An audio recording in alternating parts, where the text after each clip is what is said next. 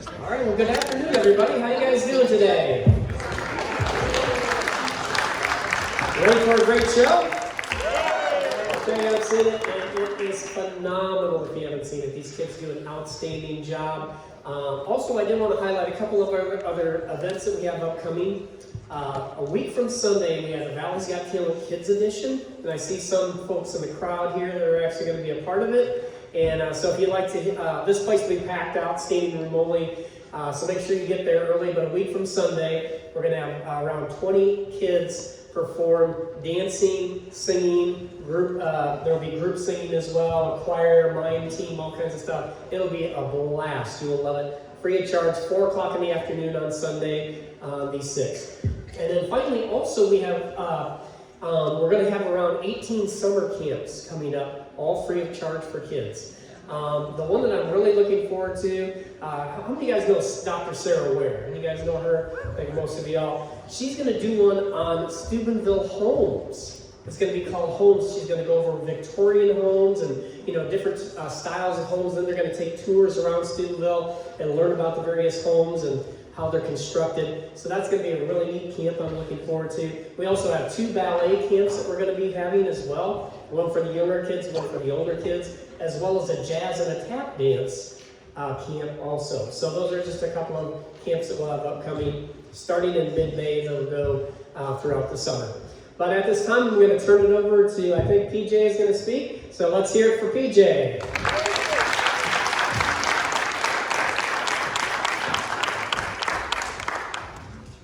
Good afternoon, fair ladies and gentlemen. I am the highly respected Benvolio, and this is my fiery partner. I can speak for myself. I am Tybalt Capulet. You don't have to be so touchy. Now, before we begin our tonight's evening of drama and romance, it is our job, of course, to take a moment to remind you of a few important details. As in any proper theater, we ask that you please silence your cell phones, boomboxes, and Walkmans. And please no flash photography. These cowardly Montagues shy so easily. Oh, talk to the hand. Now, we want everyone to enjoy the show without any Stop talking to the hand. Without any interruptions. Trust me, you wouldn't want to miss me up here by tripping over a stray foot.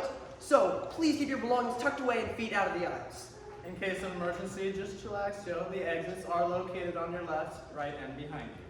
We welcome audience members of all ages. However, if your little ones seem to be causing a brawl of sorts, we ask that you discreetly take them out of the lobby until they cool off. Don't worry, you will be admitted back into the theater. If during the show you have to visit the porcelain throne, you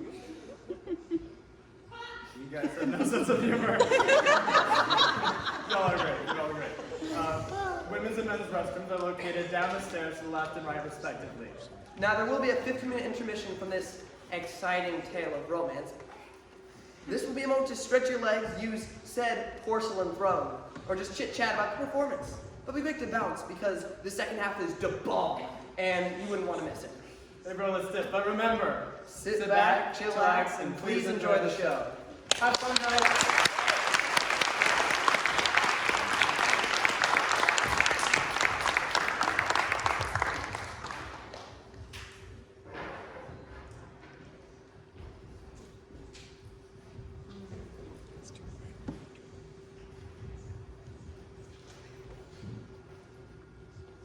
2 households, both alike in dignity, in fair Verona, where we lay our scene. From ancient grudge, break to new mutiny, where civil blood makes civil hands unclean. From forth the fatal loins of these 2 foes, a pair of star-crossed lovers take their life, whose misadventured piteous overthrows doth with their death bury their parents' strife. The fearful passage of their death-marked love, and the continuance of their parents' rage, which but their children's end naught could remove, is now the 2 hours traffic of our stage, the which if you with patient ears attend, what you shall miss, our toil shall strive to mend.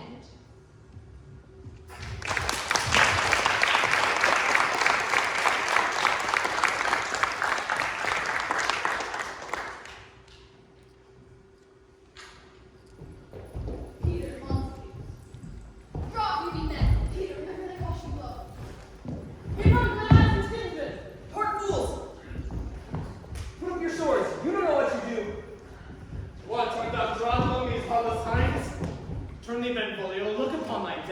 I do keep the peace. Put up thy sword and manage to part these men with me. What, drawn and talk of peace? I hate the word as I hate hell. I'll Montagues and thee. Have at thee, coward! Hey, get off! What noise is this? Give me a little watch, no? The Montagues come flourishes his blade in spite of me. Thou art villain, Capulet.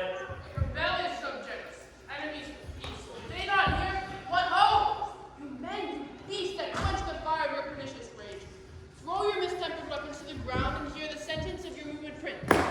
3 civil brawls bred of an area whereby thee, old Capulet and Montague, have thrice disturbed the quiet of our streets. If ever you disturb our streets again, your lives shall pay the forfeit of the peace. For now all rest apart. Capulet, thou shalt go along with me, and Montague, come you this afternoon to know our further pleasures in this case. Once more, on pain of death, all men depart.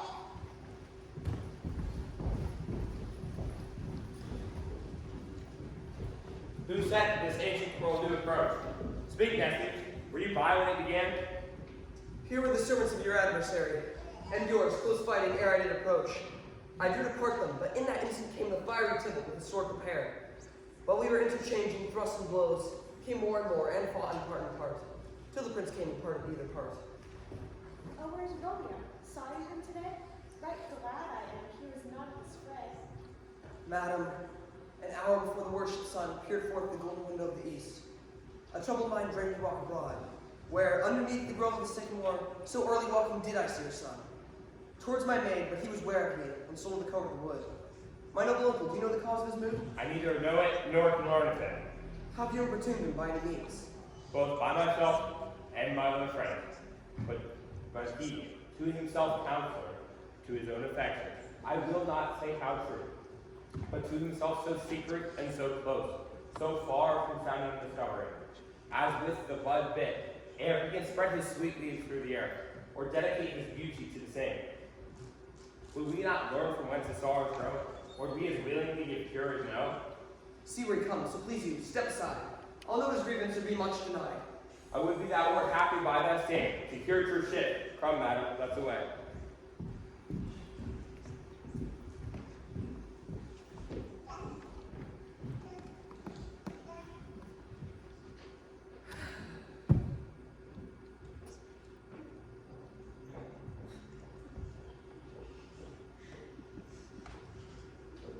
Good morrow, cousin. Is the day so young? But new struck 9. I mean, sad hours seem long. Was it my father that went hence so fast? It was. What sadness lengthens Romeo's hours? Not having that which having makes them short. In love? Out. Of love. Out of her favor where I am in love. Alas, that love, so gentle in his view, should be so tyrannous and rough in proof. Alas, that love whose view is muffled still, should without eyes see pathways to his will. But, where shall we dine? I mean, what fray was here? Yes, tell me not, for I have heard it all. There's much to do with hate, but more with love. Why no crawling love, oh loving hate, or anything of nothing first create? Heavy lightness, serious vanity, mishap and chaos of well-seated forms, tether of lead, bright smoke, cold fire, sick health, still waking sleep that is not what it is. This love feel I feel no love in this. Dost thou not laugh? No, cousin. I rather weep. Good-hearted, what? At thy good heart's oppression. Tell me in sadness, cousin, who is it that you love? In sadness, cousin? I do love a woman. I aimed so near when I suppose you loved. A right good marksman, and she's fair I love. A right fair mark, fair cousin, as soon as hit. Be ruled by me. Forget to think of her. Oh, teach me how I should forget to think. By giving liberty unto thine eyes, examine other beauties. He that is struck in blind cannot forget the precious treasure of his eyesight lost. Farewell, I see thou cannot teach us me to forget. I'll pay that doctrine or else die in debt.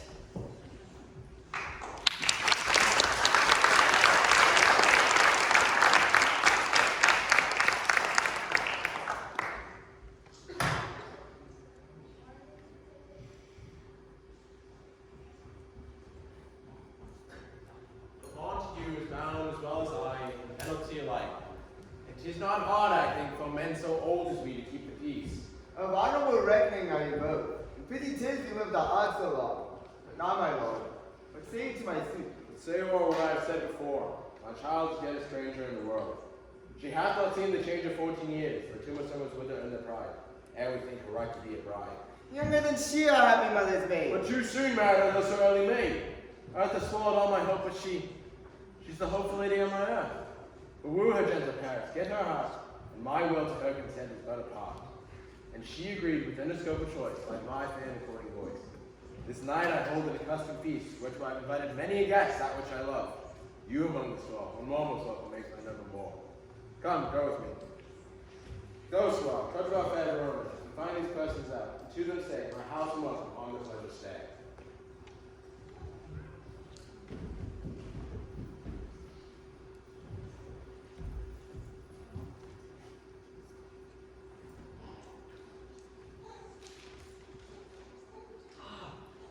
Signor Martino and his wife and daughters, Countess Salme and her beauteous sisters, the lady widow of Vitruvio, Signor Palencio and his lovely nieces, hey, Mercutio and his brother Valentine, mine uncle Catholic, his wife and daughters, my fair niece Rosaline, and Livia, Signor Valentino and his cousin Tybalt, Lucio and the lively Hannah, a fair assembly. Wherefore shall we go?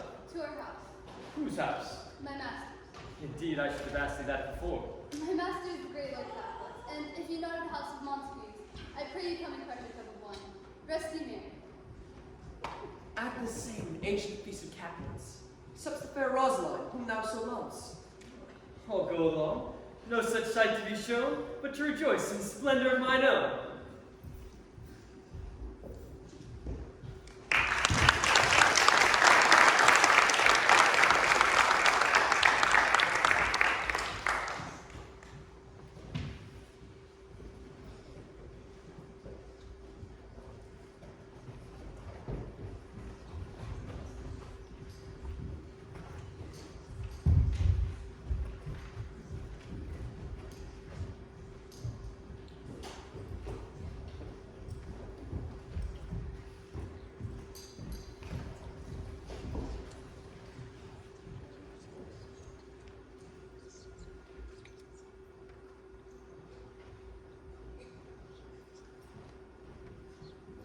Nurse, where's my daughter?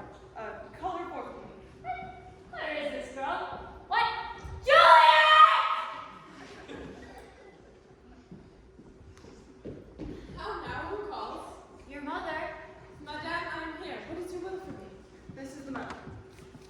Nurse, give leave a while. We must talk in secret. Nurse, come back again. I have remembered me. Thou's here our counsel. Oh, knowest my daughter of a pretty age? Faith, I can tell her age up to the hour. She's not 14. I lay 14 in my teeth, and yet till my teeth haven't spoken, I have but 4. She's not 14.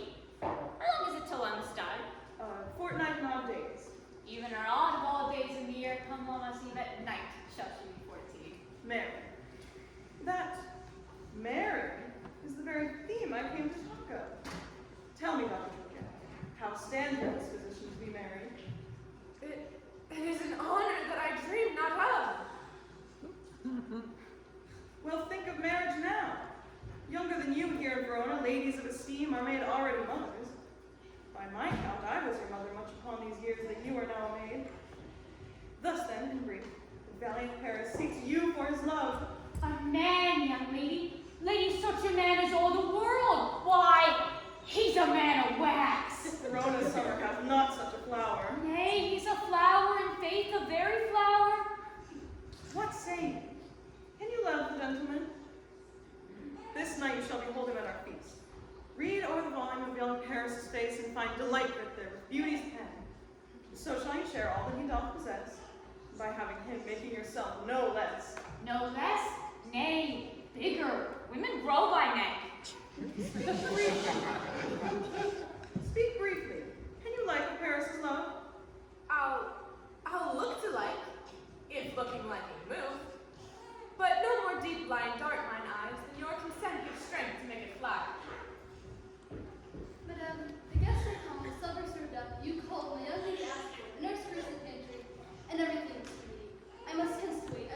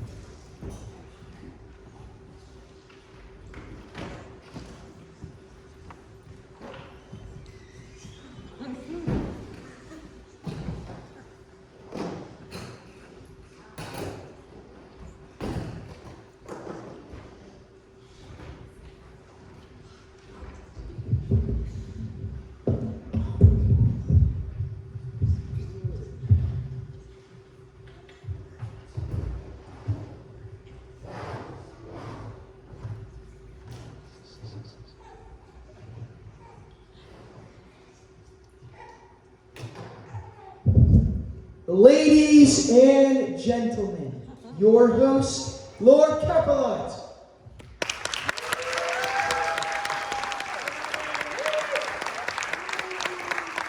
Welcome, gentlemen, ladies that have their toes and plagued with corns to walk about with you. Ah, my mistresses, which of you all will now deny to dance? She that makes a dainty, I'll swear hath corns. Welcome, gentlemen. I have seen the day that I could tell a tale in a whispering tale's ear. Such as we please. 'Tis gone, 'tis gone, 'tis gone. So welcome, gentlemen. Come, musicians, play. Ahol, get rid of the foot, girls. We'll like it, David. Turn the tables up. And quench the fire, the room's going to be hot.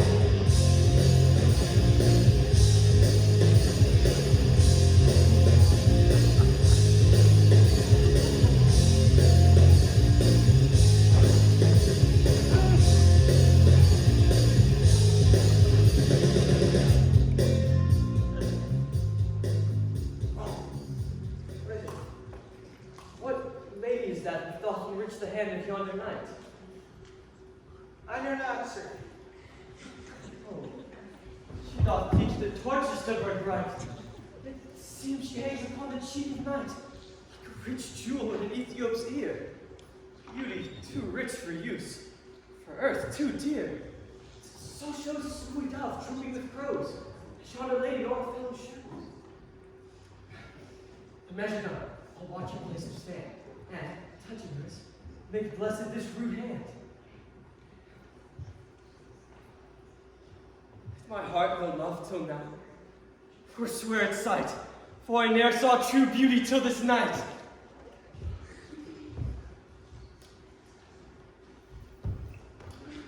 This by his voice should be a Montague. What, dares a slave come hither covered with an antic face to fleer and scorn at our solemnity? Now by the stock and honor of my kin, to strike him dead I hold it not a sin. Why, how now, kinsman? First of all, told him so. Uncle, this is a Montague or foe, a villain that is hither come in spite to scorn at our solemnity this night. Young Romeo, is it? 'Tis he, the villain Romeo. Condemn the gentle peasant. Let him alone. He bears him like a portly gentleman. I would not for the wealth of all this town appear in my house in this fashion. Therefore be patient. Take no note of him. It is my will which thou respect. Show a fair presence and put off his ill beseeming descendants for a feast. If it's when such a villain is a guest, I'll not endure him. He shall be. Good men, boy, I say he shall. Am I the master here, or you? Go to. Uncle, 'tis a shame. Go to, you are a saucy boy. Is it so that you must in my house, you have to go. Be quiet, more life, for shame will make you quiet what cheerly mine hearts. I will withdraw. But this intrusion shall, our seeming sweet, convert to bitterest gall.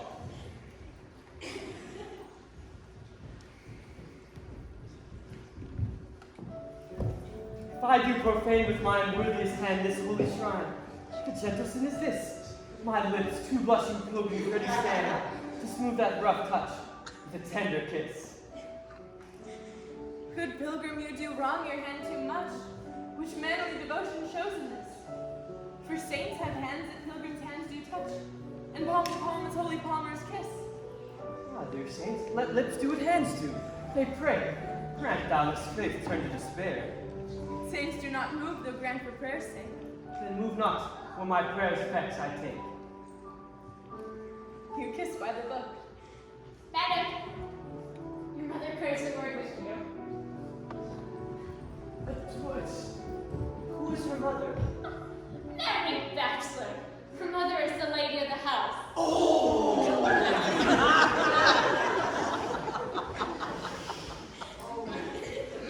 Is she a Capulet? Dear Count, my life is my foe's debt. Away be gone, the sport is at the best. Aye, so I fear. More is my unrest. Nay, gentlemen, prepare not to be gone. Trifling foolish banquetors. Is it even so? More torches here. Ah, sirrah, by my faith, wax and plate, I'll do my rest.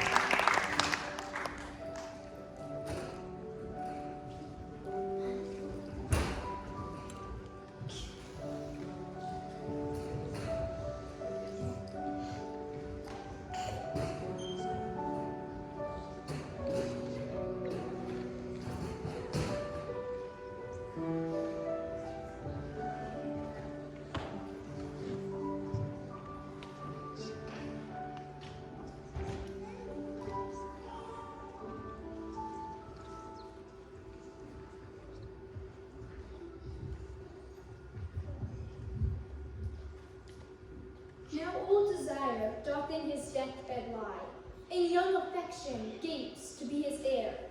That fear for which love groaned for and would die, with tender Juliet matched, is now not fair. Now Romeo is beloved and loves again, alike bewitched by the charm of looks. But to his foe supposed he must complain, and should steal love's sweet bait from fearful hooks. Being held a foe, he may not have access to breathe such vows as lovers used to swear, and she, as much in love, her means much less to meet her new beloved anywhere. But passion lends them power, time means to meet, tempering extremities with extreme speed.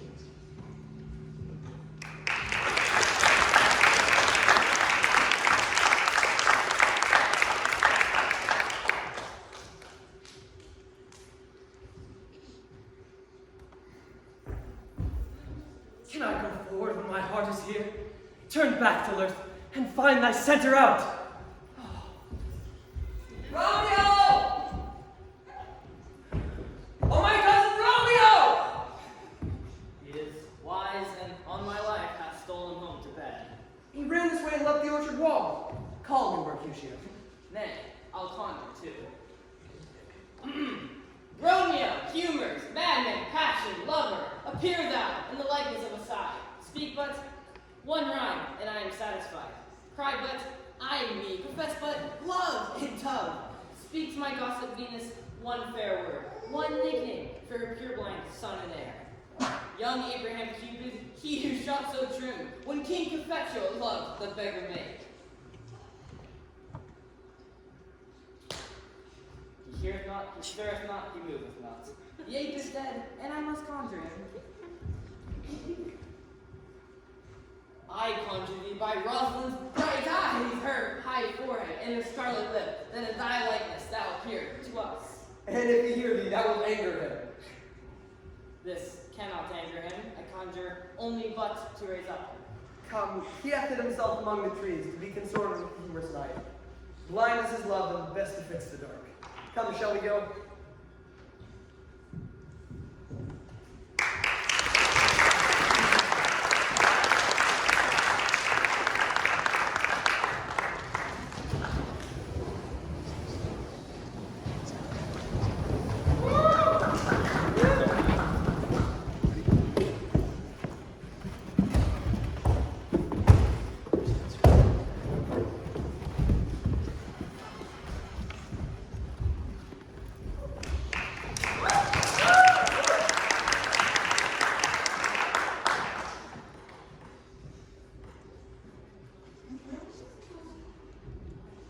Jests at wounds that never felt a scar. Soft, what light beyond the window breaks. Which is the east and Juliet is the sun. Arise, fair sun, and kill the envious moon who is already sick and pale with grief, that thou who made our form more fair than she. Be not her maid, she is envious. Her vestal liver is but sick and green, and none but fools who wear it. Cast it off. Yes, my lady, what is my love? Oh, that she knew she were. She speaks, yet she says nothing. What of that? Her eyes discourse, I will answer it. Oh, see how she leans her hand upon her cheek. That I wear a glove upon that hand, that I may touch that cheek. Ay me. She speaks. Oh, speak again, bright angel. Oh, Romeo, Romeo, wherefore art thou Romeo? Deny thy father, and refuse thy name. Or, if thou wilt not, be but scorn my love, and I'll no longer be a Capulet. Shall I hear more? Or shall I speak at this? 'Tis but thy name that is my enemy. Thou art thyself, though not a Montague. What's a Montague? 'Tis nor hand, nor foot, nor arm, nor face. Oh, be some other name belonging to a man. What's in a name? For which we call a rose by any other word would smell as sweet. So Romeo would, were he not Romeo called, retain that dear perfection which he owes without that title. Romeo, doff thy name, and for thy name, which is no part of thee, take all myself. I take not thy word. Call me but love, and I'll be new baptized. Henceforth I never will be Romeo.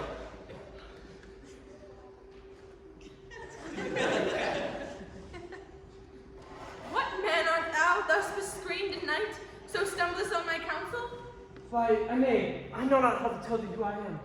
My name, dear saint, is hateful to myself, because it is an enemy to thee. Had I was written, I would tear the word. My ears have yet not drunk 100 words of thy tongue's uttering. Yet I know the sound. Art thou not Romeo and a Montague? Neither, fair maid. If either thee disliked. They do see thee, they will murder thee. Alas, there lies more pale in thine eyes than 20 of their swords. Look thou but sweet, and I am proof against their enmity. By whose direction foundst thou out this place? By love, that first did come me to inquire. He lent me counsel, and I lent him eyes. I am no pilot, yet wert thou as far as the vast shore washed with the furthest sea, I should adventure for such merchandise. Thou knowest the mask of night is on my face, else the maiden's blush bepaint my cheek, for that which thou hast heard me speak tonight. Lady, by yonder blessed moon I vow, that tips with silver all these fruit Oh, trees. swear not by the moon, the inconstant moon, that monthly changes in her cycled orb, lest thy love prove likewise variable. What shall I swear by? Do not swear at all. Or if thou wilt, swear by thy gracious self, which is the God of my idolatry, and I'll believe thee. Or wilt thou leave me so unsatisfied? What satisfaction canst thou have tonight? In exchange of thy love's faithful vow for mine. I gave thee mine before thou didst request it. And yet I would it were to give again. I hear some noise within. Dear love, adieu. Anon, good nurse. Sweet Montague, be true. Stay but a little, and I will come again. Oh, blessed, blessed night. I am afraid, being in all dark, and all this but a dream, too flatteringly sweet to be substantial. 3 words, dear Romeo, and good night indeed. If that thy bent of love be honorable, thy purpose marriage, send me word tomorrow, by one that I'll procure to come to thee, where and what time thou wilt perform the rite, and all my fortunes at thy foot I'll lay, and follow thee, my lord, throughout the world. Madam! I come, anon! But if thou meanest not well, I do beseech thee to cease thy strife and leave me to my grief. Tomorrow will I send. Good night, good night. Parting is such sweet sorrow that I should say good night till it be morrow. Oh, sleep dwell in thine eyes and peace in thy breast. Would I were sleep and peace so sweet to rest. Hence I will to my ghostly friar's cell, his dear help to crave, and my dear hap to tell.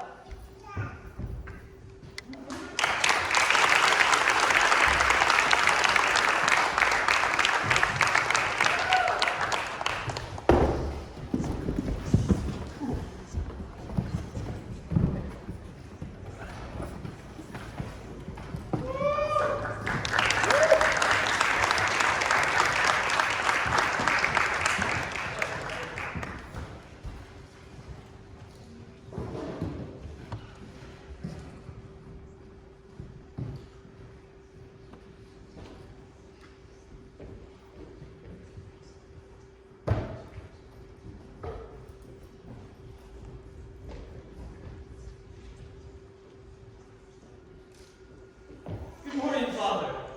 Been a day tired. What early tongue so sweet saluteth me. Young son, it argues his tender head, who so early be good marrow to thy bed. Care keeps his watch in every old man's eye, where care lodges, sleep will never lie. But if be it not so, that I pit it right, Our Romeo hath not been in bed tonight. Thou said it true. His sweeter rest was mine. God pardon sin. Was thou with Rosaline? Was Rosaline my ghostly friar? No, I have forgot that name, and that name's woe. That's good, my son. But where hast thou been then?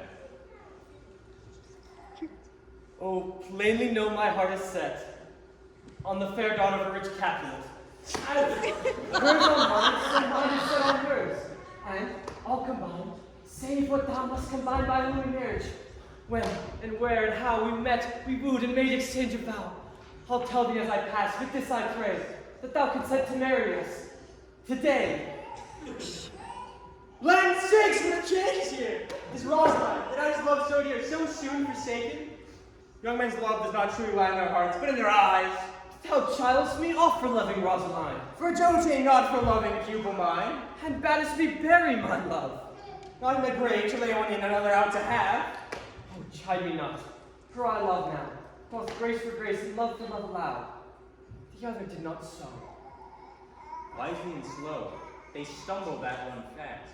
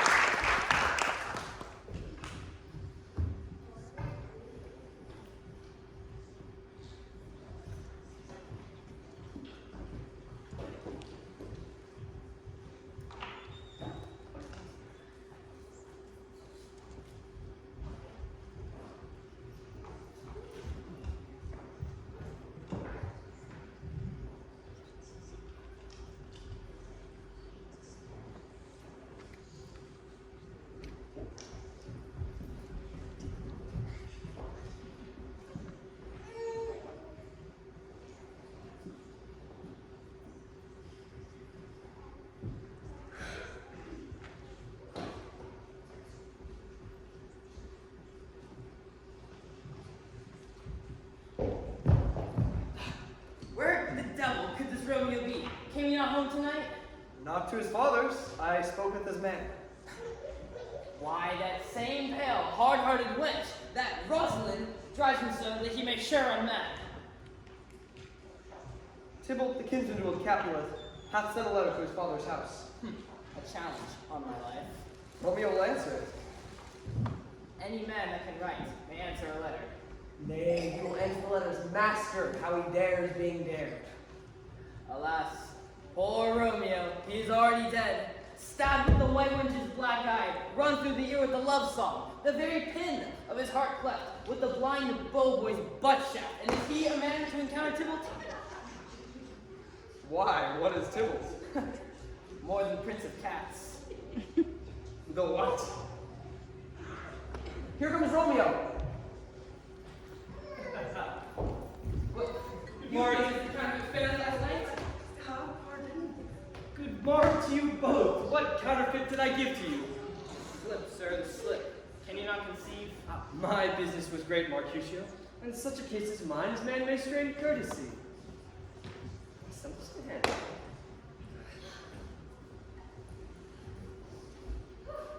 Peter, along. My fan, Peter. Good, Peter, to hide her face, for her fan's the fairer face. She ugly. Good morrow, gentlemen. You good evening, fair, gentle woman. Gentlemen, can any of you tell me where I might find young Romeo? I will follow you. Farewell, ancient lady. Farewell, lady.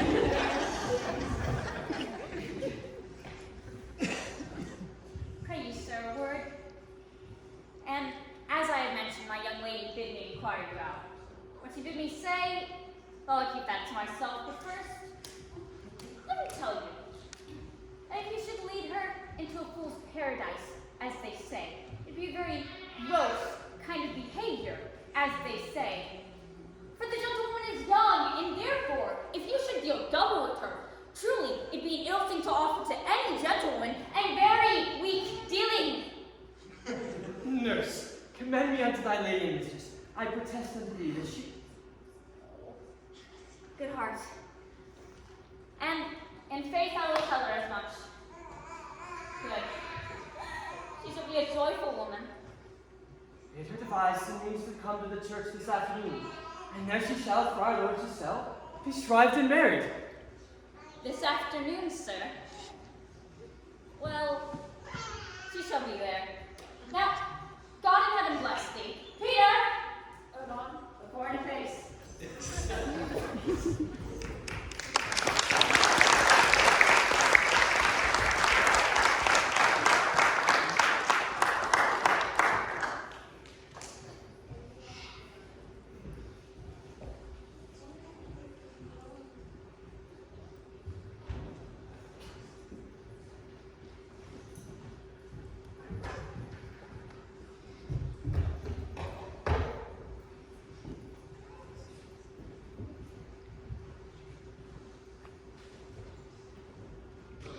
So smile the heavens upon this holy act, and after our sorrow chide us not. Amen, amen. But come where sorrow can, it cannot countervail the exchange of joy that one short minute gives me in our sight. Oh, do thou but close our hands with holy words. Then, love-devouring duty dare. It is enough that I may but call her mine. These fine delights have violent ends, and in their triumph die. Like fire and powder when they kiss, consumed. The sweetest honey is lonesome in its own deliciousness, and confounds the appetite. Therefore, love moderately and slow. Love too swift arrives, too tardy as too slow. Ah, here comes the lady of so much.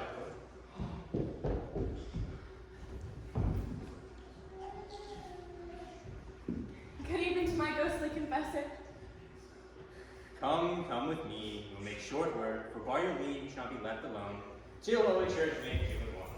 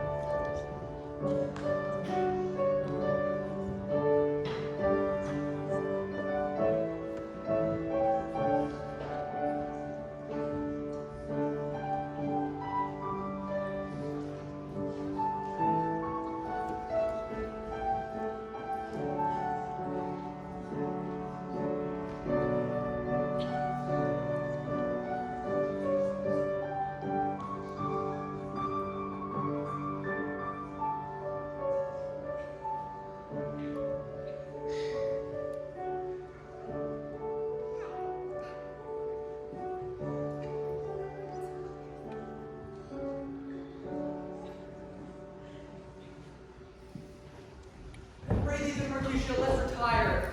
The day is hot, the compels are abroad. If we meet, we shall not escape a brawl. From these hot days is the mad blood stirring. Thou art like one of these fellows that, when he enters the confines of a tavern, claps his sword upon me and says, God, send me no need of thee, and by the operation of the second cup, draws him on the drawer, when indeed there is no need. Am I like such a fellow? Come, thou art as hot a jack in thy mood as any in his, and as soon moved to be moody, and as soon moody to be moved. And what two? Nay, and there were two such. We should have none shortly, for one would kill the other. Thou hast quarreled with a man, for coughing in the street, because he hath wakened thy dog that had lain asleep in the sun, and yet thou wilt tutor me from quarreling? If I were so apt to quarrel as thou art, any man should buy the fee simple of my life for an hour recorded. The fee simple? Oh, simple. By my head, here come the captives. By my heel, I care not. Follow me close, for I will speak to them. Gentlemen, good even. A word with one of you? And but one word with one of us, couple it with something. Make it a word handful. You shall find me apt enough for that, sir, and you give me occasion. Do not take some occasion without giving. We talk in the public haunt of men, either withdrawn to some private place or else depart. Here all eyes gaze upon us. Men's eyes are made to look, and let them gaze. I will not budge for no man's pleasure, Peace be with you, sir. Here comes my man.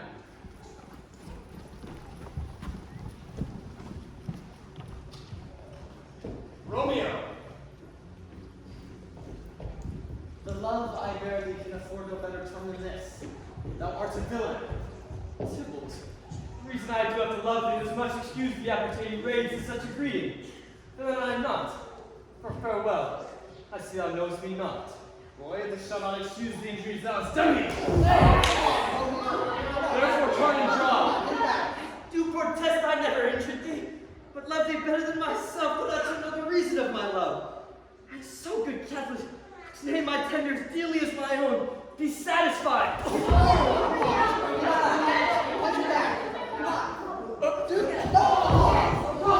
without permission! The collar carries it away. Till we grab it, will you walk? What wouldst thou have with me? Good king of cats rather than one of your 9 lives. And I mean made bold withal, and as you shall use me hereafter, try to beat the rest of the 8. Will you pluck your sword out of this pilcher by the ears? Make haste, lest mind you about your ears ere it be out. I am for you. Gentle Mercutio, what direct your effort? Shame for rather outrage. Oh,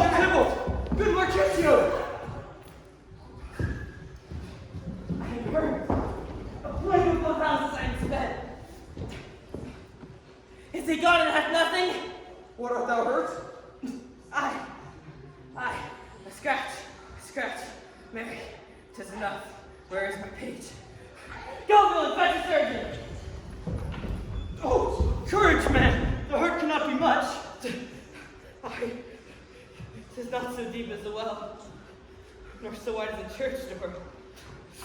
But 'tis enough. 'Twill serve. Ask for me tomorrow, and you shall find me a grave man. I am peppered. I warrant for this world. A plague of both your houses! Sounds.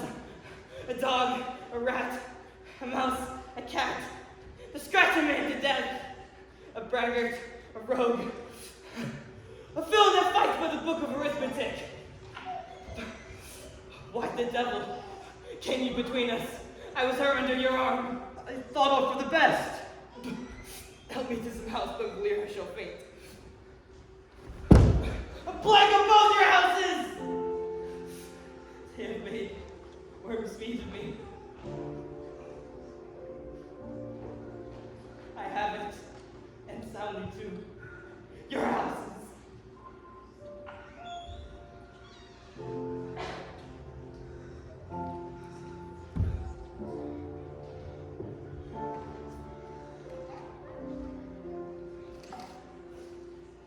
This gentleman, the prince's near ally, my very friend, has got this mortal hurt on my behalf. Her reputation stained with dibbled slander. Bibble Bassanauer hath been my cousin. Romeo, great Mercutio is dead. That gallant spirit hath disbarred the clouds, which too untimely here discord the earth. Aye, this day's black fate on more days doth depend. His foot begins the woes, others must end. Here comes the fierce Sybil back again. Alive triumph, and Mercutio slain! No! Now, Tybalt, take the villain back again, thou latest thou hast given me. For Mercutio's soul's but a little ways above our heads. Staying for thine, either thou or I or both must go with him. Thou wretched boy that didst consort him there shall with him hence. Who shall determine that?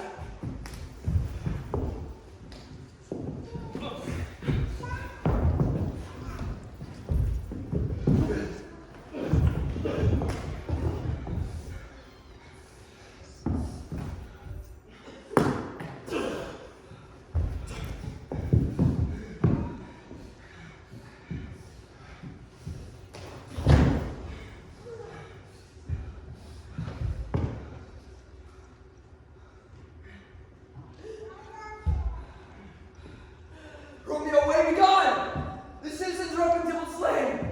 Stand not, face the prince will doom thee death that thou art taken. Hence be gone away! Oh, I am fortune's fool. Why not so stay? Where are the vile beginners of this fray? O noble prince, I can discover all, the unlucky manager of this fatal brawl. There lies the man slain by young Romeo. This was thy kinsman, brave Mercutio. My cousin, oh my brother's child. Oh prince, oh cousin. Oh, the blood is spilled of my dear kinsman. Prince, as thou art true, for blood of ours, shed blood of Montague.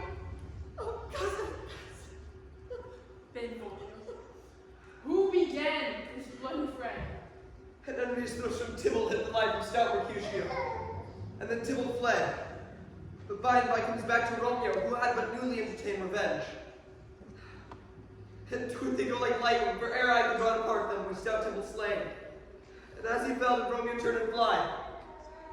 This is the truth about Benvolio die.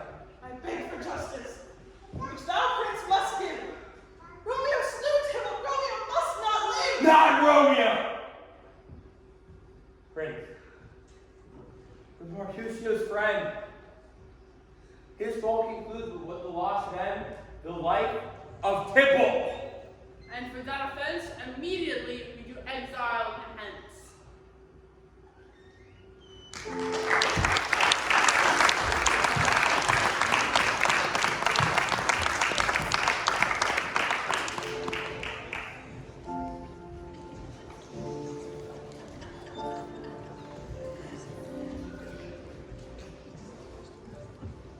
We will now have a 15-minute intermission.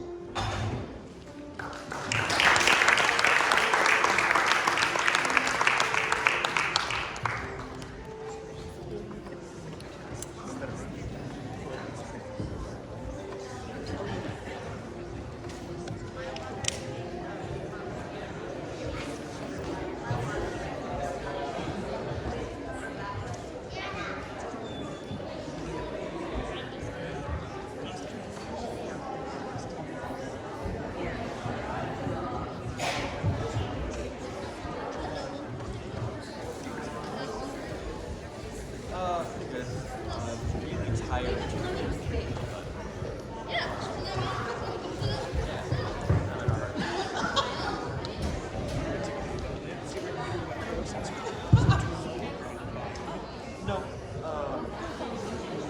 not.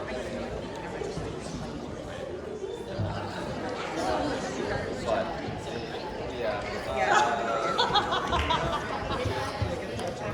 Okay.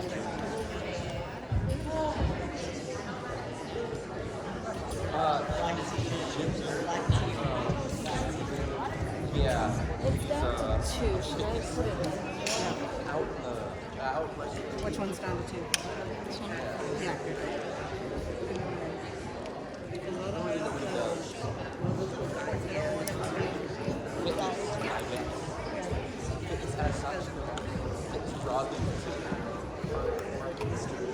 Perhaps the platonic form or the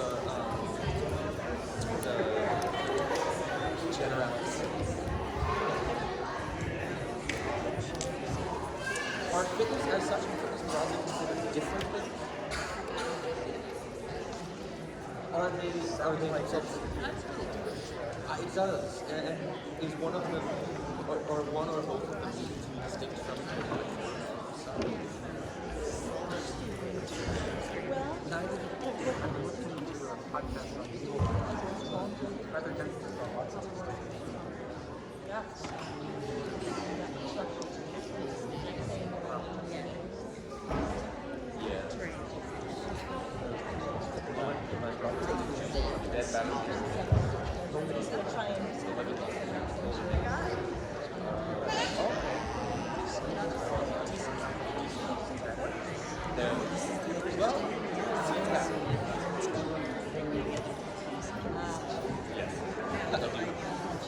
in fact, on the rankings, this is a pastime as well. They're practicing already. If not one, then the other. Oh, well.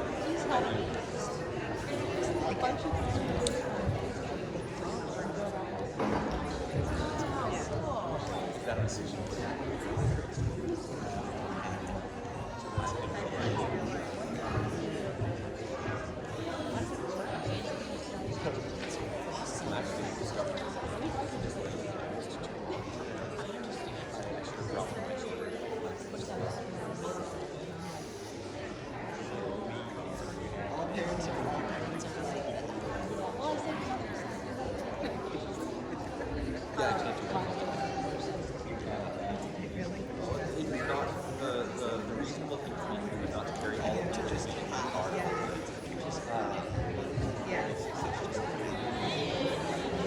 Temperature fluctuation is not a thing that I would wish and also it's a better practice for me to leave most of the moment only taking the what I have in time and just carry one, maybe two with me on a regular basis. Which is why I think that I would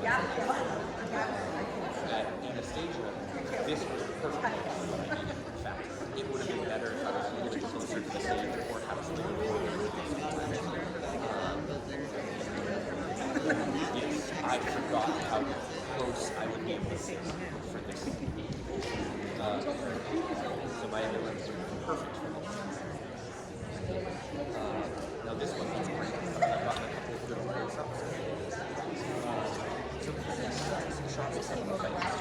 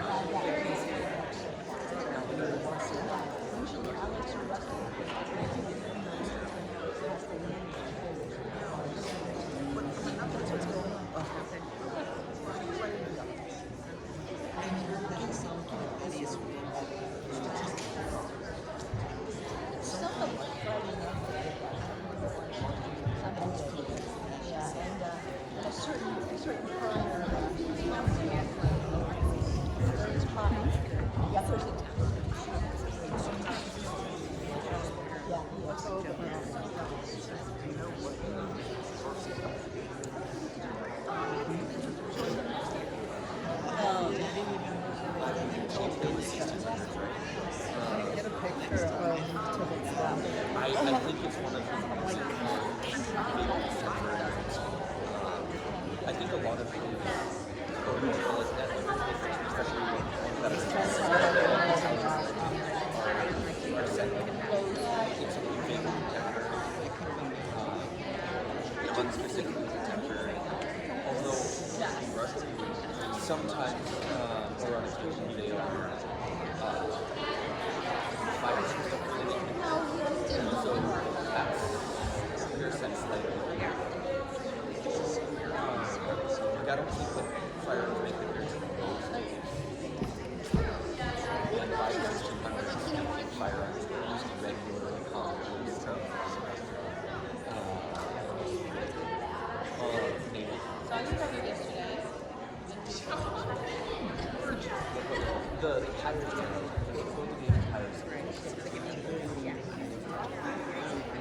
She's fun.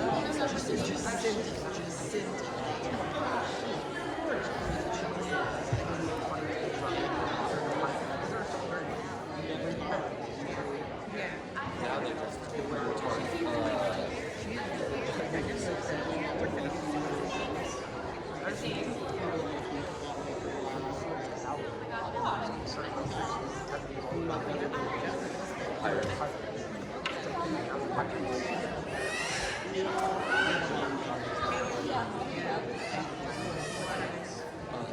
as opposed to back then where they had regular Dungeons times or regular Dungeons time, which just what yeah, no,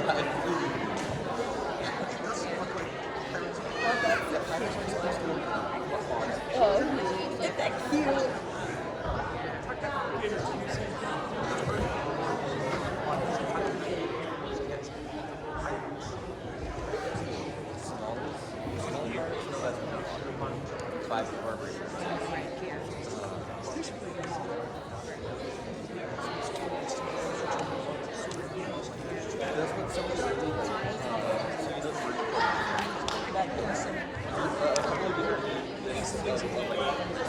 my favorite thing about the Marine Corps is that the other thing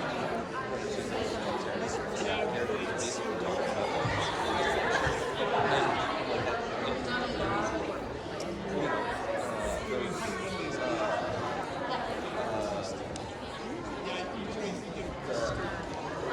whatever is going along the Army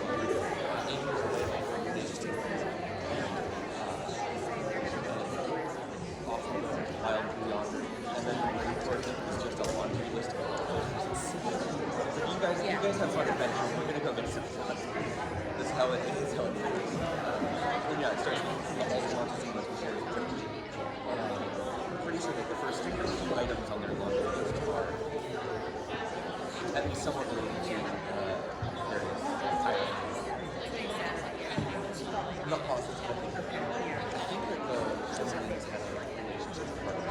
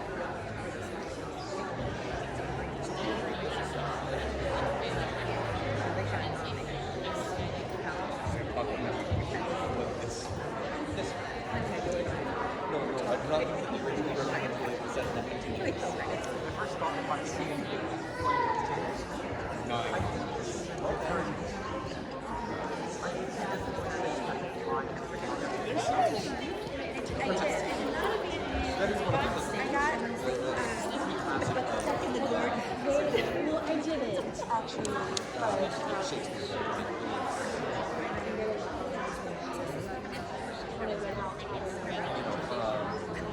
recontextualizing to basically whatever you want. Which is something fun.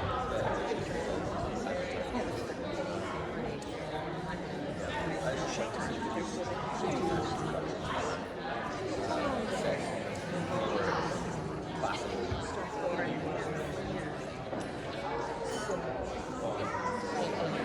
yes, that was more classical.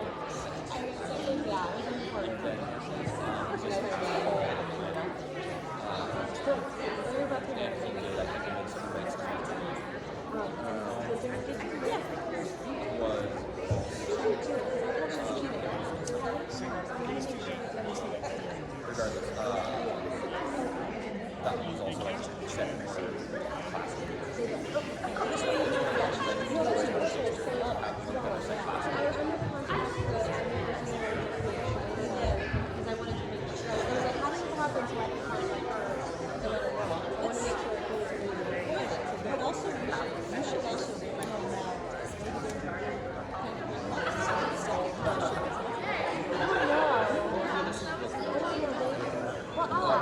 Right. That was also for the class session. Something to be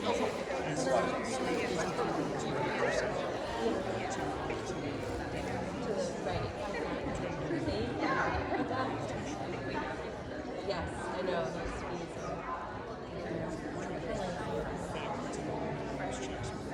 Yes, I remember that. I'm trying to option. We appreciate it and want the money, but I also want to make sure that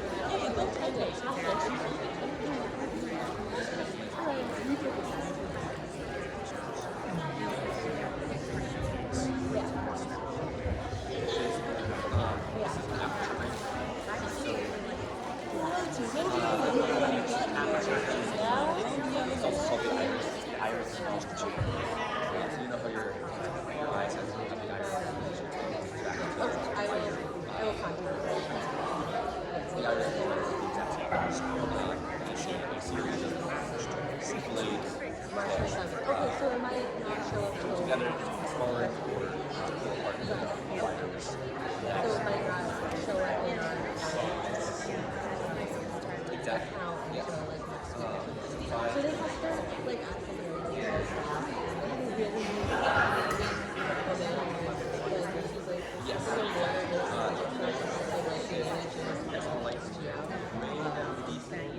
As I change it, yeah, you can see yeah,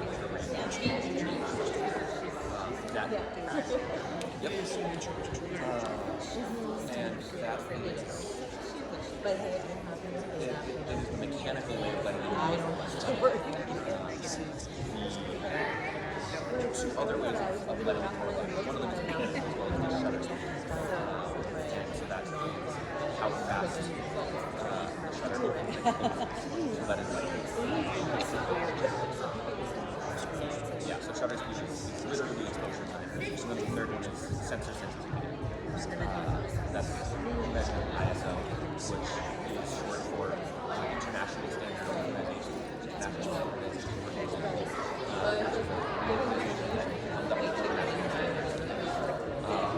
yeah, so ISO doesn't mean anything as far as just creating standardization.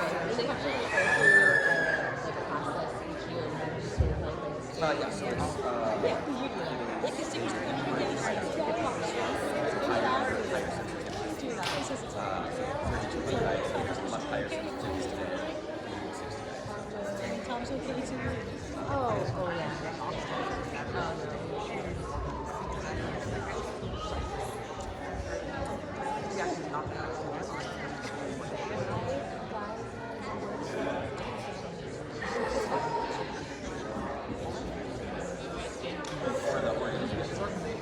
Because it's not English. We should have two. Your problem is that Are you sure? the upper trends are probably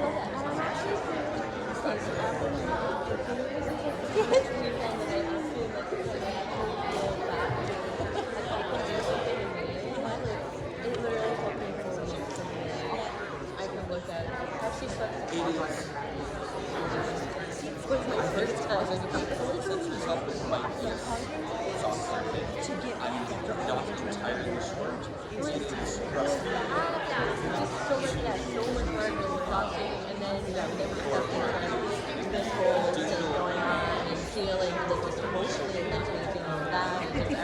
not sure how much it's it is the digital equivalent of film sensitivity. So for film cameras, higher level of sensitivity. Yes, that I do agree with. Literally the size and the number of February and that largely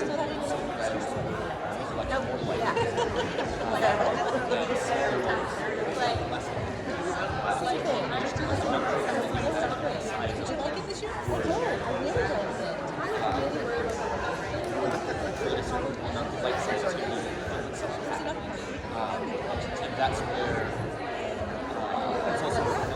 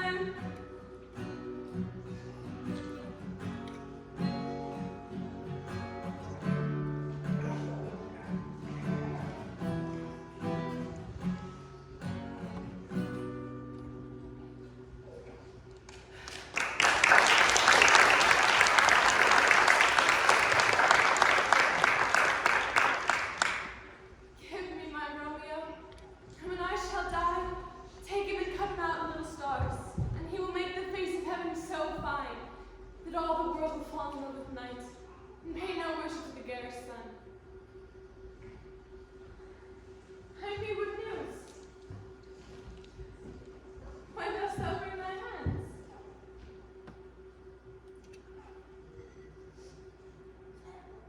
Oh, weary day. He's dead. He's dead, he's dead. We are undone, lady, we are undone. Alas, the day he's gone, he's killed. He's dead. Oh, Tim, the best friend I had, oh, courageous Tim.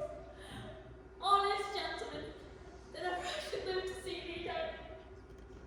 What storm is this that blows so contrary? Is Tybalt dead, my dearest cousin? Tybalt's gone and Romeo vanished. Romeo that killed him, he is banished. Oh, Faith, did Romeo's hand shed Tybalt's blood? It did, alas, the day it did.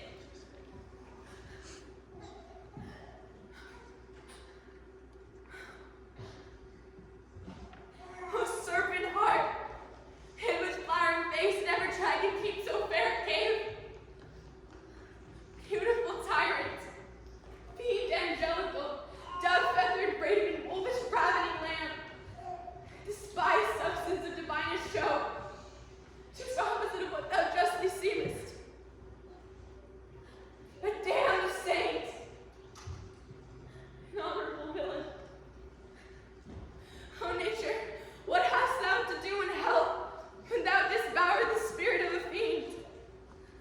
In mortal paradise is such sweet flesh.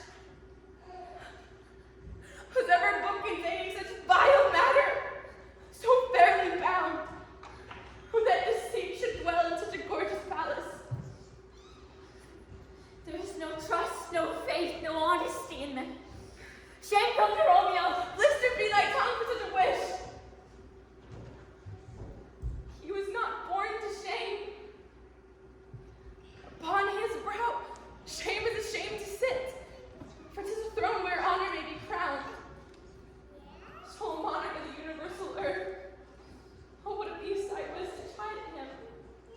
Will you speak well of him that killed your cousins? Shall I speak ill of him that is my husband? My husband lives, that Tybalt would have slain. This is my comfort, wherefore I weep then. Where is my mother and my father, nurse? Weeping and wailing over Tybalt's corpse. Will you go to them? I'll bring thee thither. Wash they his wounds with tears.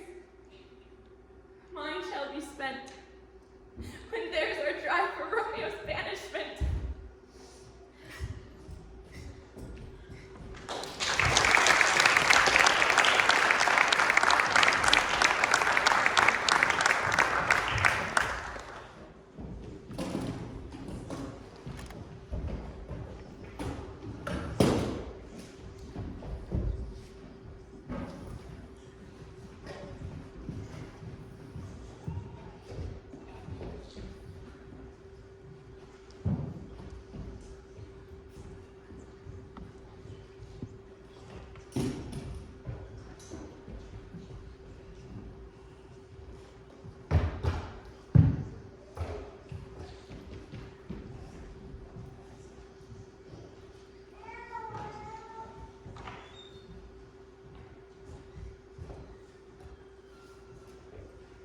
I bring thee tidings of the prince's doom.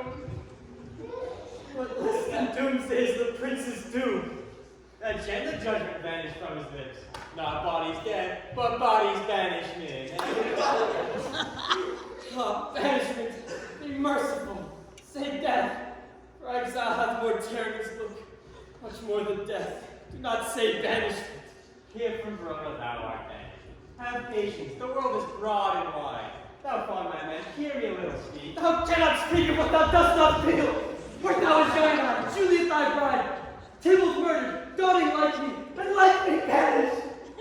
As thou mightest speak, thou mightest tear thy hair, fall upon the ground as I do now, taking the measure of an unmade grave.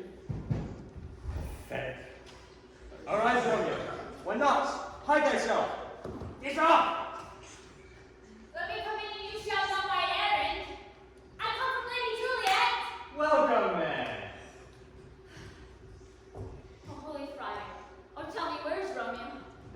wrath no tears may trump. Stand up! Stand up! Stand, you be a man! For Juliet's sake, for her sake, rise and stand! Speakest thou of Juliet? How is it with her? Does she not think me an old murderer? Oh, she says nothing, sir, but weeps and weeps. Go, give heed to thy love, as was decreed. Hence and comfort her. Go to the prince and beg for forgiveness, and return with 20, 100,000 times more joy than thou went forth in lamentation. My lord, I will tell my lady you will come. Do so. Be my sweet prepare to chide. Oh, how well my comfort is revived by this. Go hence. Good night. Farewell.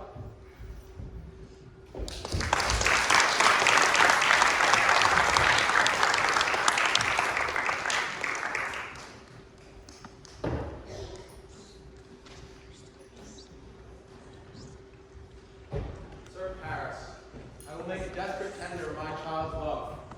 I think she will be ruled in all respects by me. Nay, more, I doubt it not. Wife, Lady Juliet, ere you go to bed, acquainting her with my son Paris and bid you mark me on Wednesday next, but soft, what day is this? Saturday, my lord. Saturday. Well, Wednesday is too soon. Thursday let it be. On Thursday, she shall be married to this noble earl. My lord, I would that Thursday were tomorrow. Well, get you gone. On Thursday let it be then. Farewell, my lord. Light to my chamber home. Before me it is very late, and we may call it early. By and by. Good night.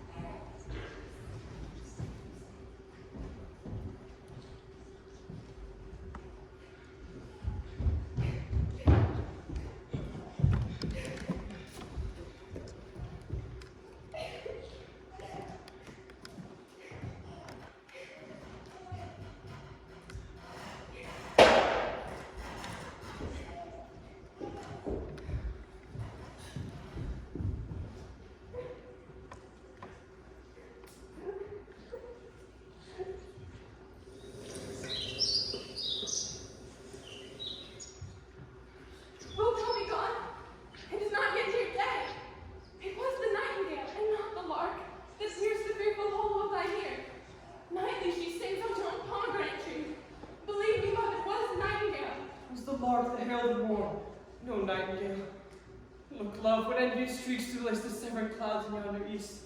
Night's candles are burnt out, and jocund day sends tiptoe on the misty mountaintops.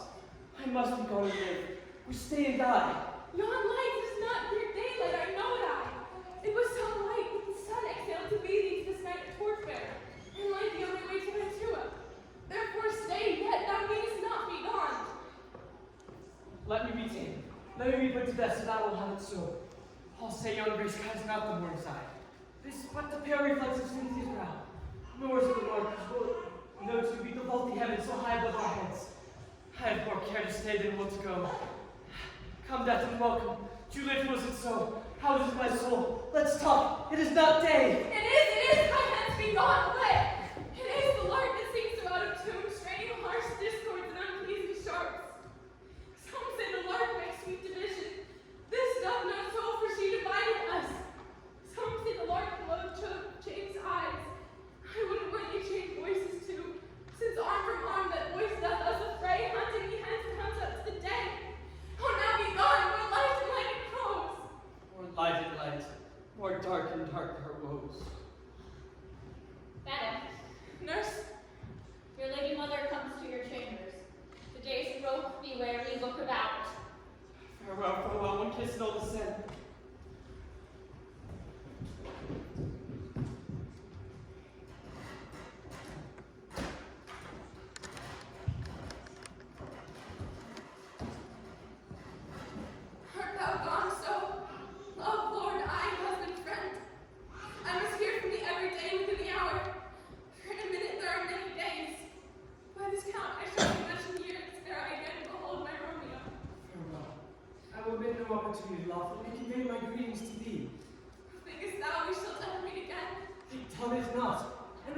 noble shall serve for sweet discourses in our times to come.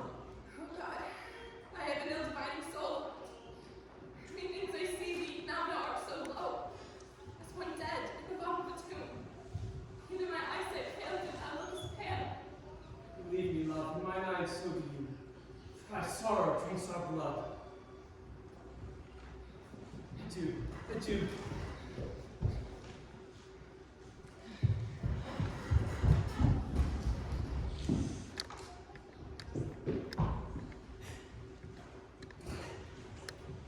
Oh, fortune, fortune, all men call thee fickle. If thou art fickle, what hast thou to do with him that is renowned for fame? Oh, be fickle, fortune. I pray thou wilt not keep him long. Send him back. How now, Juliet? Madame, I am not well. Evermore weeping for your cousin's death. So shall you feel the loss, but not the friend you weep for. I'm so lost, I cannot help but choose to weep for friend. Little girl, thou weepest not so much for his death as that the villain lives which slaughtered him. What villain, madame? That same villain, Romeo, traitor murderer, lives. But now, I'll tell thee joyful tidings, girl. And joy comes upon such an easy time. What are they, beseech your ladyship? Mary, my child, early next Thursday morn, the gallant, young, noble gentleman, the County Paris, at St. Peter's Church shall happily make thee there a joyful bride. Now, by St. Peter's Church in Peter too, he shall not make me their joyful bride. I wonder at this haste that I must wed, ere he that his husband comes to woo. I pray you tell my lord and father I will not marry yet, and when I do, I swear it shall be Romeo, whom you know that I hate rather than Paris. Well, here comes your father now. Tell him so yourself and see how he will take it out of your hands. How now, conduit girl? What? Still in tears? How now, wife? Have you delivered to our decree? I, sir, but she will not. Is she not proud? Does she not count herself blessed? Unworthy as she is, that we have brought so worthy a gentleman to be her bride. Good father, I beseech you on my knees. Hear me with patience, but to speak a word. Angry young baggage! Disobedient wretch! I tell thee what, get thee to church on Thursday, or never look after me in the face. To answer, I will not wed, I cannot love, I am too young, I pray you pardon me. But I will not wed, I'll pardon you. Graze where you will, you shall not house with me. Look to it, think on it, I do not use to jest. Thursday is near, my hand and heart advise. And you be mine, or you be my friend. You be not, hang, beg, starve, die in the streets, but by my soul I'll never acknowledge thee. No one in mine shall do thee good. Trust me, but think you will not be forsworn. Sweet mother, cast me not away. Delay this marriage a month, a week. Talk not to me, for I'll not speak a word. Do as thou wilt, for I have done with thee.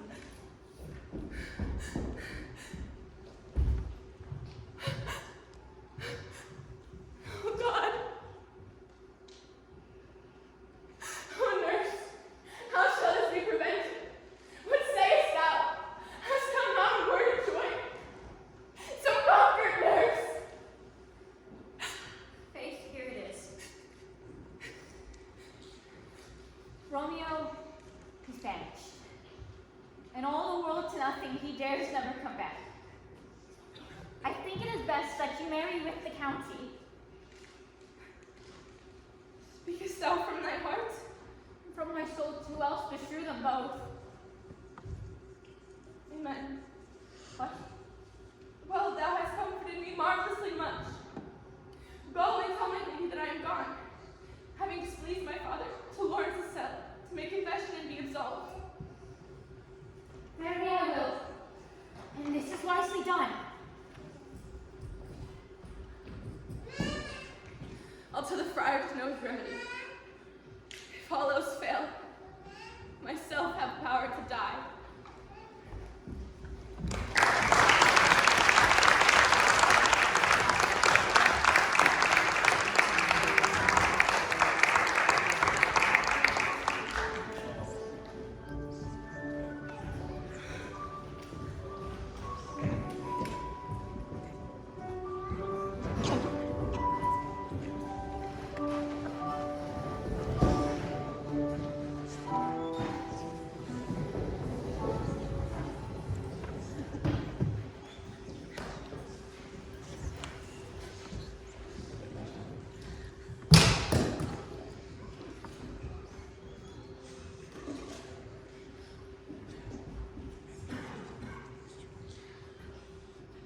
On Thursday, sir. The time is very short. My father Capulet will have it so. Nothing so am I, just like it tastes. You say you don't know the course of lady's mind? Not even it is, I like it not! Immoderately she weeps her till its death. Therefore have I talked little of love. For Venus smiles not in a house of tears. Look, sir. Here comes Lady towards my cell now. Compliment, my lady, and my wife. That may be, sir, when I may be a wife. That may be, must be love. On Thursday next. What must be shall be. Come you to make confession to the father? To answer that, I should confess to you. So will you, I'm sure, that you love me? If that is so, is more price being spoke behind your back than to your face. Poor soul. My face is much abused with tears. The tears have got small victory for that, for it was bad enough before their spite. How long is it when the tears without your short? It is no slander, sir, it is the truth. When I spake it to my face. My face is mine. Thou shalt slander. It may be, sir, for it is not mine own. Are you at leisure, Holy Father? Now or shall I come to your evening mass? My leisure serves me. Now, fancy daughter. My lord, you wish to entreat the time alone. Not cheer that should disturb devotion. Juliet, Thursday early will I rise you. Till then, I do keep this home.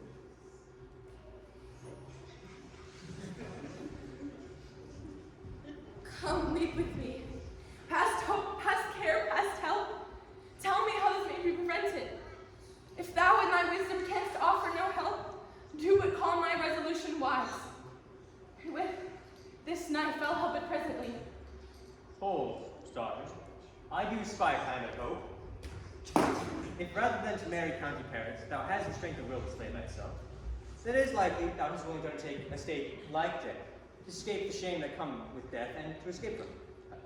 If thou darest, I'll give thee a remedy. Oh, bid me leave rather than marry Paris. From off the battlements of any tower, and I'll do it without fear or doubt. Hold then. Go home. Be married. Give consent to marry Count Paris.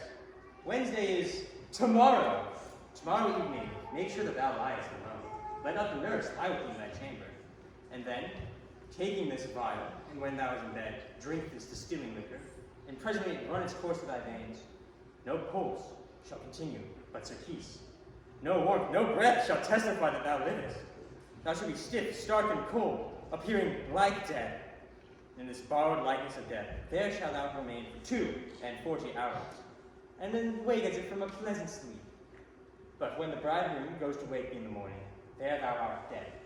In the meantime, Romeo, who through my letter shall know your drift, shall come, and he and I shall watch thy waking, and that very morning he shall bear thee away to Mantua. Oh, give me, give me! Hold, get thee gone, be strong and prosperous. In this resolve, I'll send a letter through a friar to Mantua. Oh, love, give me strength, and strength can help afford. Farewell, dear father.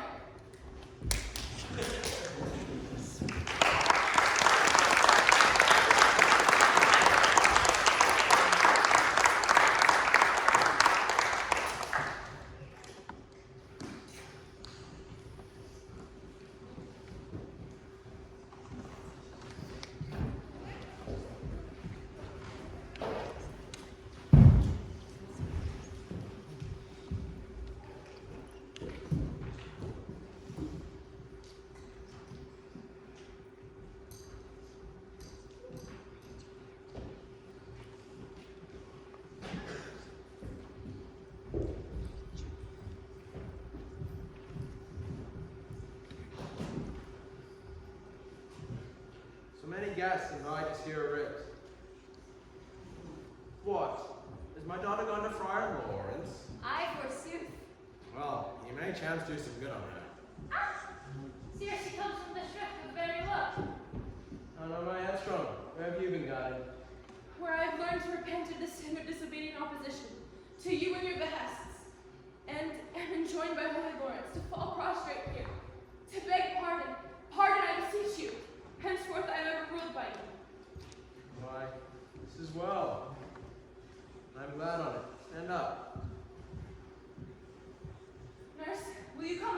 closet to sort such needful ornaments as you see fit to furnish me tomorrow.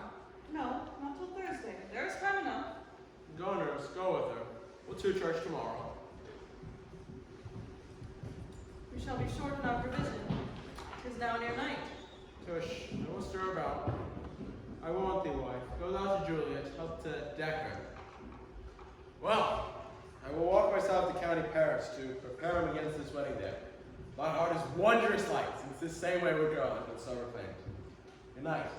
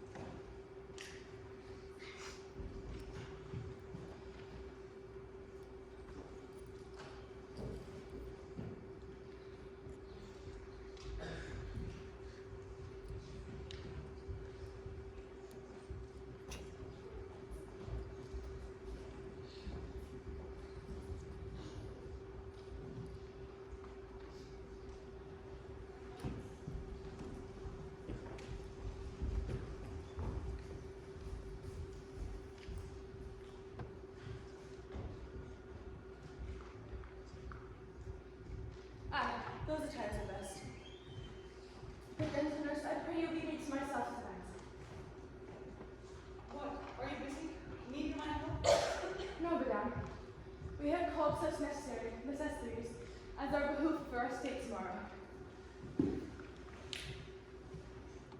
So please you, let me be now left alone, and let the nurse this night stay up with you, for I am sure you have your hands full off with this so sudden business. Good night. Get thee to bed and rest, for thou hast need. Farewell.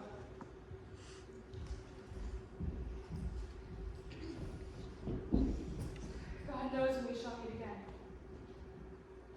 My dismal scene I needs must act alone.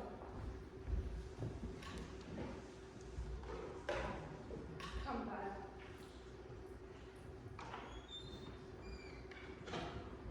What if this mixture did not work at all? Shall I then be married tomorrow morning? No. No.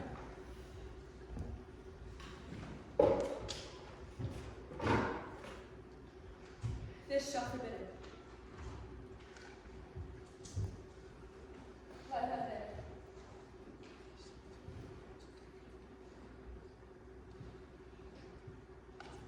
What if it be a poison, which the friar has suddenly administered to have me dead, lest in this marriage he should be dishonored, because he married me before to Romeo? I fear it is. And yet, methinks it should not, for he had still been tried a holy man. How if, when I am laid into the tomb, I wake before the time that Romeo comes to redeem me? There's a fearful point. Shall I not then be stifled in the vault, to whose foul mouth no wholesome air breathes in, and there die?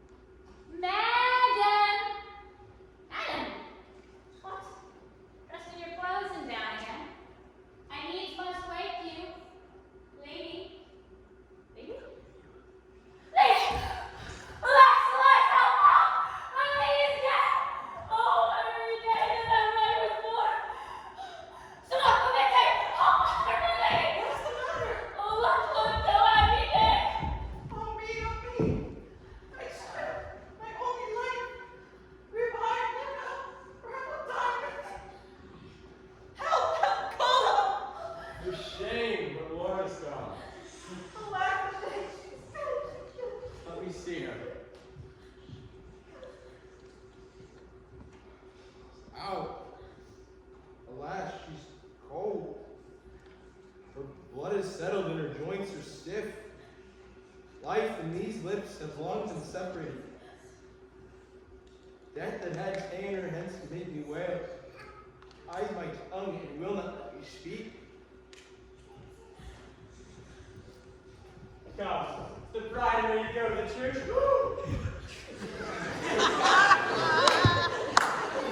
Ready to go, but never to return. O son, the night before thy wedding day, death has wed thy wife. Flower she was, flowered by him. Oh, I thought long to be in this morning's face.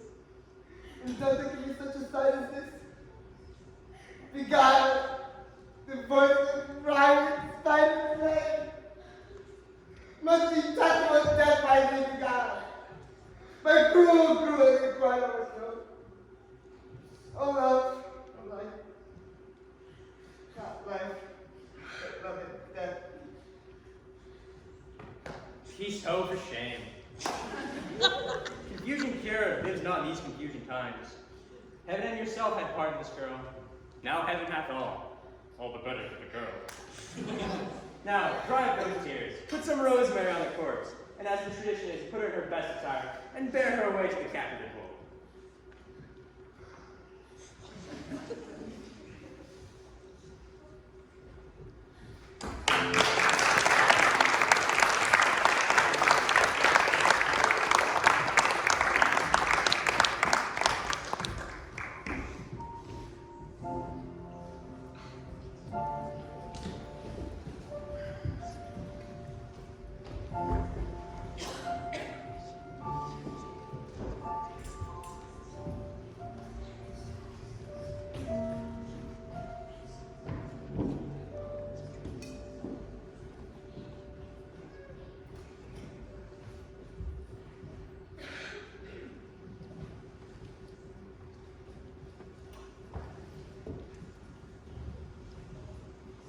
I may trust the flattering truth of sleep. My dreams presaged some joyful news at hand. I dreamt my lady came and found me dead. Strange dream that gives a dead man leave to think, and breathes such life with kisses in my lips that I was revived and was an emperor. I mean, how sweet is love itself possessed, but love shadows are so rich in joy. News from Romeo. I'm now Balthazar. Dost thou not have letters from me from the friar? How doth my lady? Is my father well? How doth my Juliet? Then I say again, for nothing can be ill if she be well. Then she is well and nothing can be ill. Oh, I saw her body lay in the Capitol's monument, and her mortal part with angels lives. I saw her laid low in her kindred's vault, and presently took post to tell it to you. Oh, pardon me for not bringing this ill news, since you did leave it from my office, sir. Is it even so? Then I deny you stars. Thou knowest my logic. Give me ink and paper and hire post horses. I will hence tonight. I do beseech you, sir, have patience. Your looks are pale and wild, and do import some misadventure. Hush, thou deceived, go and do the thing I bid thee do. Hast thou no letters for me from the friar? No, my good lord. No matter, get thee gone. I'll be with thee straight. Now, Juliet, I'll lie with thee tonight. And secret means, oh mischief, thou art swift and to the thoughts of desperate men. I do remember an apothecary, and hereabouts he dwells, which late I noted in tattered weeds, with overwhelming brows, cooling of simples, eager were his looks. Sharp misery had worn him to the bone. And in his lady's shop a beggarly account of green earthen pots, empty bladders, boxes, and musty seeds. And if a man did need a poison now, whose sale is present death in Mantua, here lives a caliph wretch would sell it him. Oh, the same thought did but forerun my need. And this same needy man must sell it me.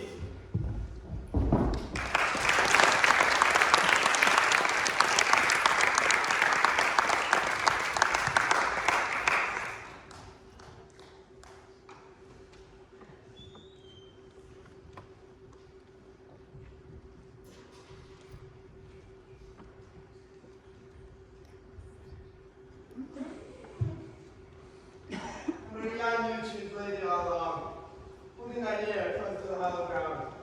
So shall no foot upon the tree trunk tread, be loose and firm with the leading of the graves. But thou shalt hear it. Listen let it be as a signal that thou mayest quickly approach.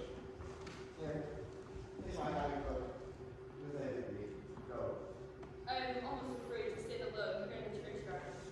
Yet I will adventure. Sweet flower, with flowers thy bridal bearers through. Oh, woe, thy canopy is desperate stone. With which sweet water nightly I will do, wanting that tears is my bones. Lost decrees that I for thee will keep. Nightly shall be, it's true, thy grave, and weep.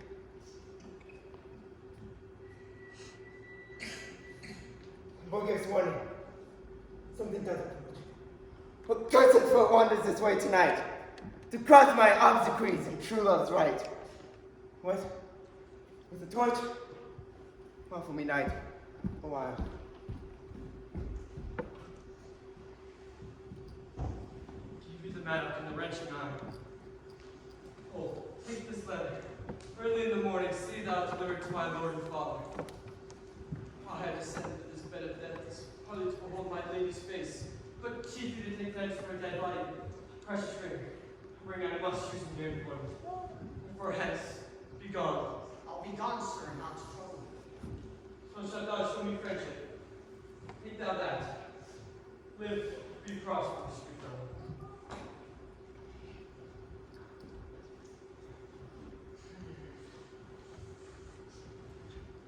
Ah, for all this is same, I'll hide me hereabout. For his looks I fear, as intense I doubt. Thou detestable law, I whom of death gorge with the dearest morsel of earth. Thus will I enforce thy rod jaws to open, and a despot I'll cram thee with more food. This is that banished Tawny Montague, that murdered my lost cousin and with which grief is supposed that the fair creature died. And here has come to do some villainous shame to the dead bodies. And will apprehend him. Stop that horror, Dora, my Montague! Convention me pursued further than death! Condemn it further than I do apprehend thee! Obey and go with me, and I must die! I must indeed, and therefore came I. Good gentle youth, tempt not a desperate man. Fly hence and leave me. Think upon these gone, let them affright me. Put not another sin upon my head by urging me to fear. Oh, be gone. By heaven, I love thee better than myself. For I came thither armed against myself. Stay not, be gone, live, hereafter stay. A madman's mercy bid thee run away. I do defy thy combination, and apprehend thee for a felon here. Wilt thou provoke me? Then have at thee, boy. Oh, terror! They fight! I will go call one.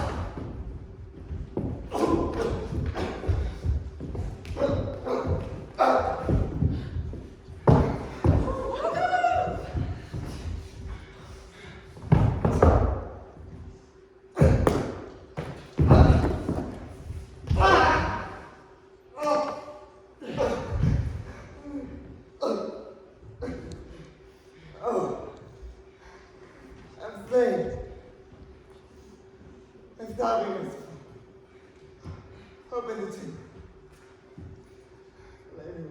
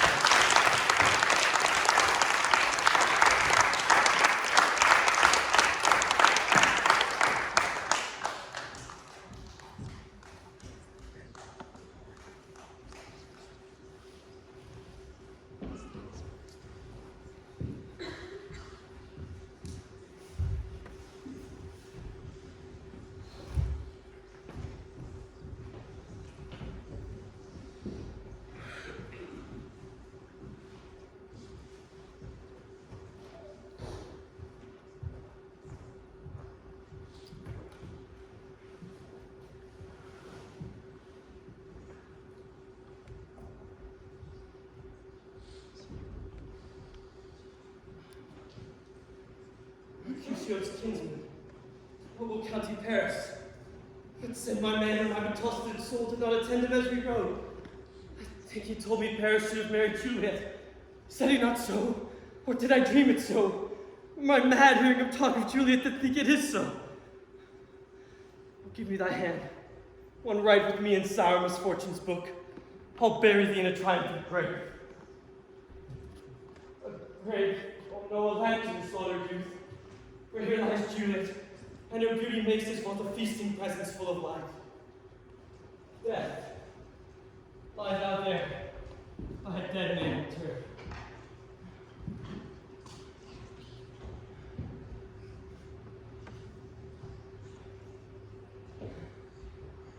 Ah, dear Juliet,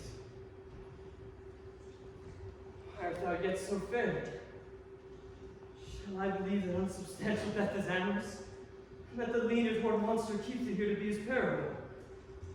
Oh, for fear that I shall so stay with thee, and never from this place of the night depart again.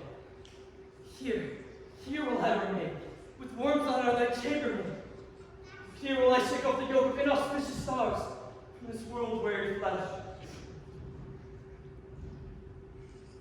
Oh, eyes, look your last. Arms, take your last embrace.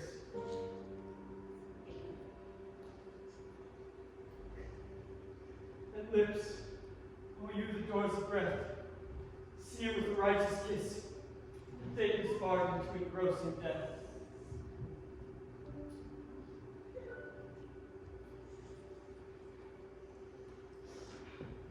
Come, in her conduct, come unsavory guide. Thou desperate pilot, now at once run on the dashing rocks. I seasick weird bark.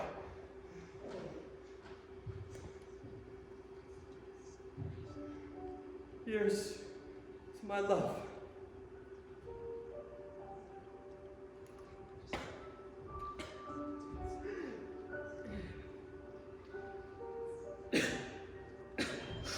True apothecary.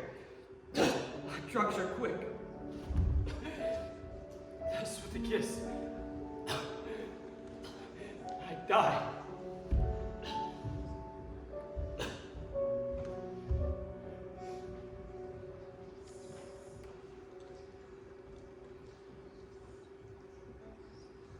Santa Francesco be my speed. How often have my old feet stumbled that grave?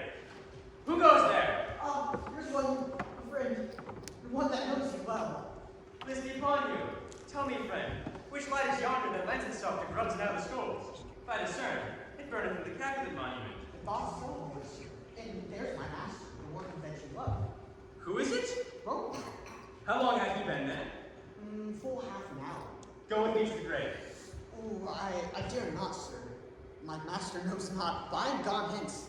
And fearfully did menace me with death if I did stay to look on his intents. Stay then, I shall go alone. Well, fear comes upon me. Fear of the unknown of frightening things. Romeo, alack, what is this? What blood is this which stains the stony edges of the sepulchre? By which means have these masters and gory swords been discarded? Oh, what is this, and who else is it? Our parents too, and steeped in blood. What an unkind hour has been upon this lamentable check. The lady stirs.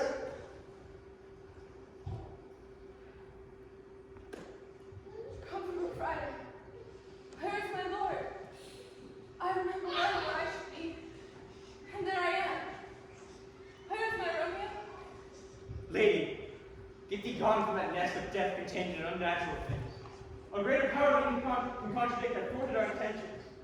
There thy husband lies dead. And Paris too. Come away. The watch is coming. Come, get thee out. I dare no longer stay. Come get thee hence, violent miles away.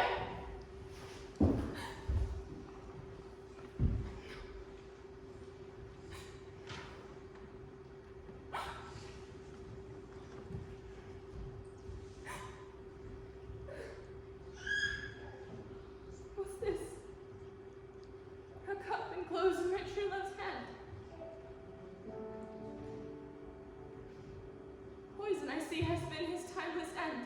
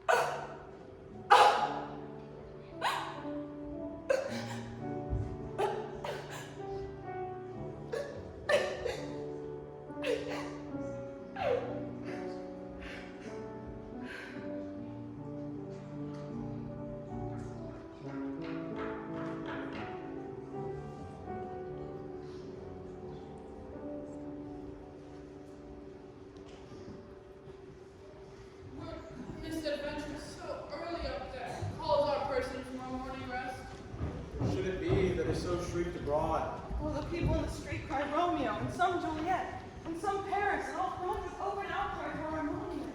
What fears is that startles in our ears? Sovereign, there lies the comely pair, slain, and Romeo dead, and Juliet dead before war and new kill. Come, Montague, for thou art early up to see thy son and heir now early down. Look, and thou shalt see.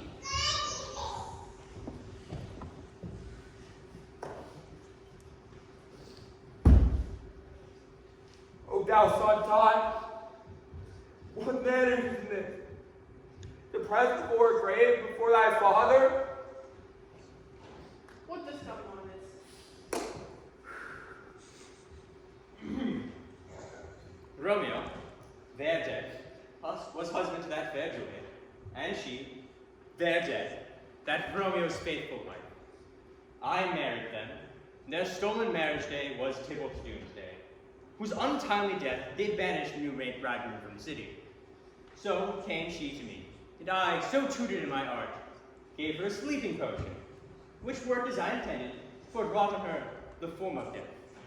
In the meantime, I writ to Romeo, but the friar which bore my letter was stayed by accident. All to this I am privy, and of the marriage the nurse does know. And if, miscarried by my deed, my old life may be sacrificed an hour before its time until the rigor of severance law. We still have known thee for a holy man. Brother Montague, give me thy hand. This is my daughter's jointure, for no more can I demand. But I can give thee more, for I will raise her statue in pure gold. That well Verona by thy name is known, that no figure of such rate be set than that of true and faithful Juliet. As rich shall Romeo buy his lady's life, for sacrifices of her unnecessary.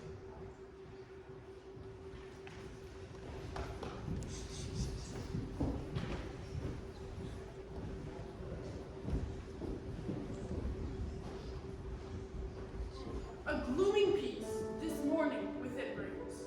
The sun, for sorrow, will not show its head. Go hence, have more talk of these sad things. Some shall be pardoned, and some punished.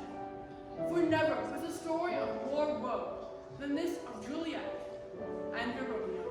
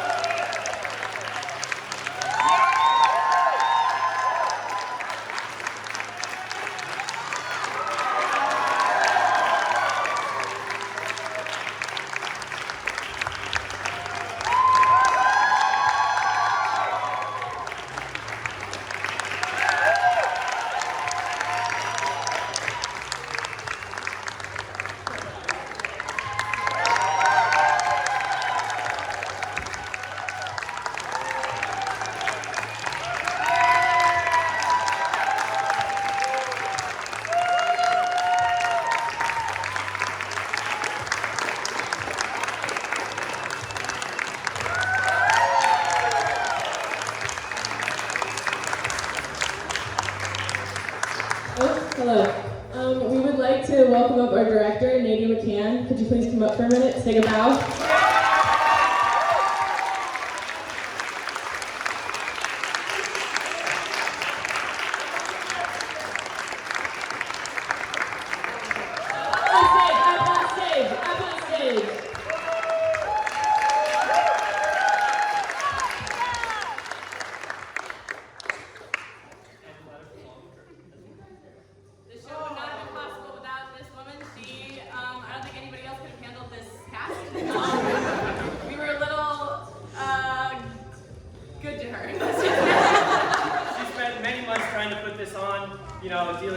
Sycamore Center and this rabulous crew. So we just want to thank Nadia for all that she's done and for putting this on and giving us all the chance to act. Round of applause for Nadia.